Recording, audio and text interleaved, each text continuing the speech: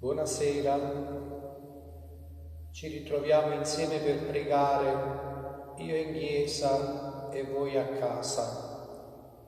Oggi è venerdì di Quaresima e vogliamo pregare con la Via Crucis e la benedizione eucaristica, chiedendo al Signore che ci aiuti a seguirlo sulla via che Lui stesso ha percorso, la via della croce. Vogliamo affidare al Signore tutte le nostre sofferenze, le nostre difficoltà, i momenti difficili che stiamo vivendo, in modo particolare in questo momento. Preghiamo perché il Signore ci liberi da tutti questi mali e in modo particolare dai nostri peccati.